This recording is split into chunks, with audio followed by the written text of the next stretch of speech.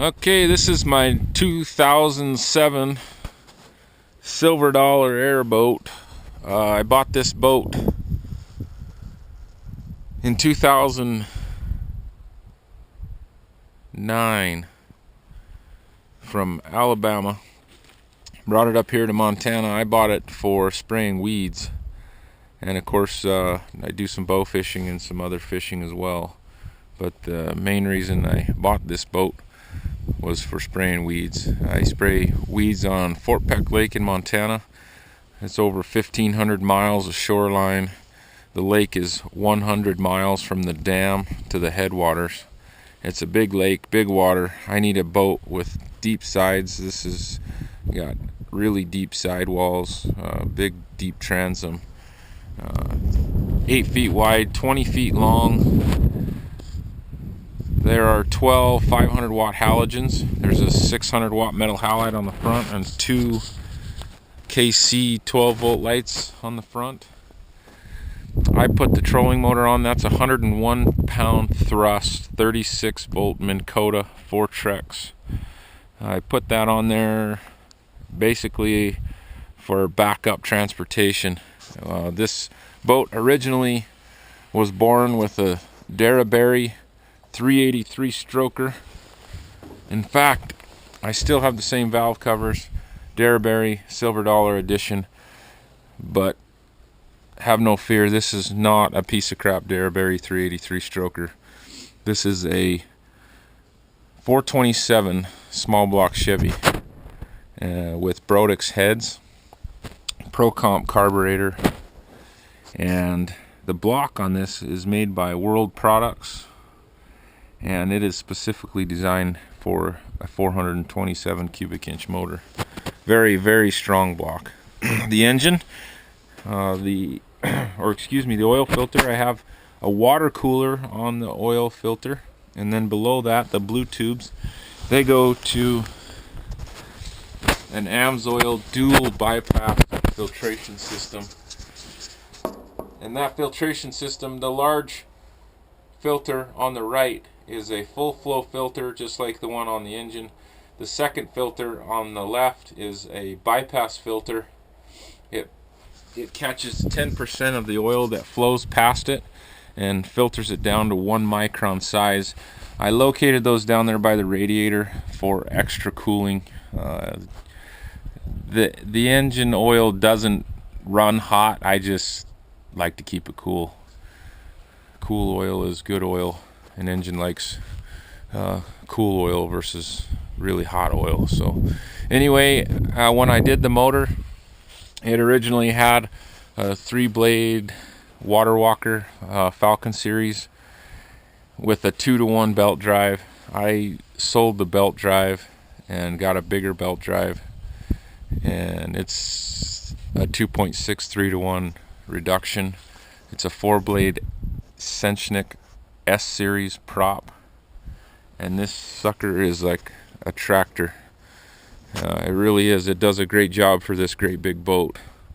Will it run dry ground? Yes, it will run dry ground. Will it get stuck on dry ground? Yes, it will get stuck on dry ground. It had shorty headers on it. I put big tube headers, 1.75-inch headers, long tube. It originally had flex pipe for the exhaust, and it always came apart on me. And so I just went with a piece of rigid exhaust pipe and put in a flex coupler in there, and that's Borla exhaust. And I got most of this stuff from Alumatech. So anyway, I put some tailpipes on there, maybe 2 to 3 foot tailpipes on there, more or less just to get the sound away. I spend so much time on this boat that quieter is better. I know a lot of hot rod people like loud noises and all that kind of stuff, and I do too, but I live on this boat in the summertime, and I just as soon have it quieter than louder. So anyway, I apologize that it's dirty right now. I just took the sprayer out of it. The sprayer generally sits right there, and so there was a bunch of dirt and stuff underneath the sprayer. but I can assure you that the boat will be clean and ready to go. It starts up just fine. In fact, I'll start it up right now. Have brand new Eagle GPS, Eagle Fish Elite 500C GPS. There's a built-in sonar on the bottom of that Minn Kota, but it's not hooked up to here. I have a separate sonar. Anyway, brand new Pro Comp marine style auto meter gauges. Just put those in last year.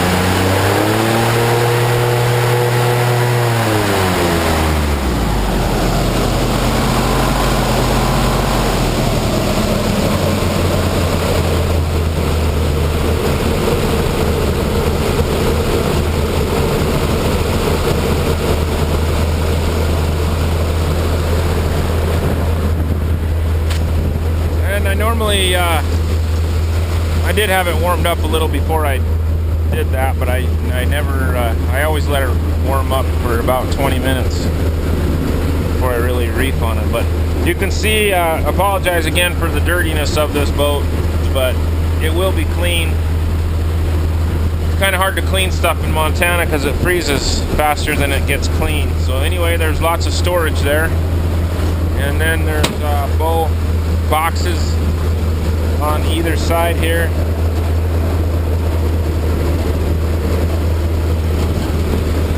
Lots of storage on the side, designed to hold a compound style bow fishing equipment. I use recurve bow fishing equipment and it doesn't fit in there very good. But there's a box on that side, a box on this side. There's a box underneath here, and a fire extinguisher. Supposedly this is a Clarion CD player, and it's never worked since I owned it. I never really understood why you would have a radio on an airboat. It's kind of loud. Got Bose speakers underneath. I have no idea if they work or not. I store my batteries. I got 3 blue top Optima batteries for the 36 volt. 3 blue top Optima batteries for the 36 volt trolling motor. Those will come with the boat if you decide that you want to keep the trolling motor on there. I know down south they don't really use trolling motors on airboats because you run shallow water most of the time. So the trolling motor and batteries are optional. I have